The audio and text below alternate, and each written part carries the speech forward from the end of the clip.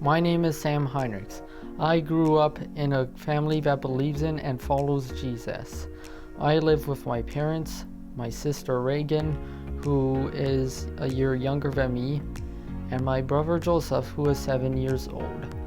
I've been attending Forest Grove Community Church my whole life with my family.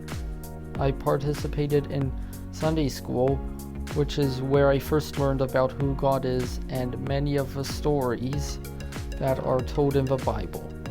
When I was old enough, I started attending a youth group in Lanham, which is the town that I go to school in. I had a great time going to youth, but I never paid much attention when I went.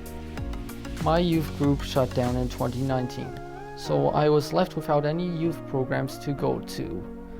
At this time, I was only attending the Sunday morning services at Forest Grove.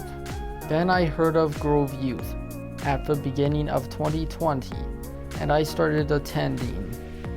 COVID came 2 months later, closing all programs at church. This was a time when I didn't pay much attention to my faith. When church reopened, I started attending Grove Youth again, and I applied for the LIT program. The LIT program has had a significant impact on my faith, and this is where I felt closest to God. I have learned how to connect closer to God and how to expand my leadership skills. There was a time in 2021 where I had a lot of problems with worrying. This was a significant moment because this was when I learned to pray every night before I go to bed.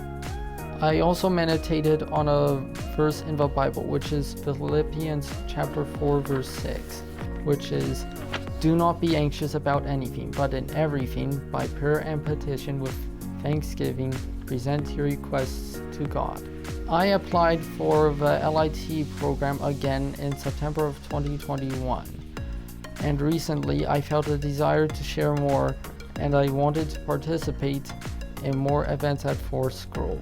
I also started spending more time alone reflecting on what God is teaching me.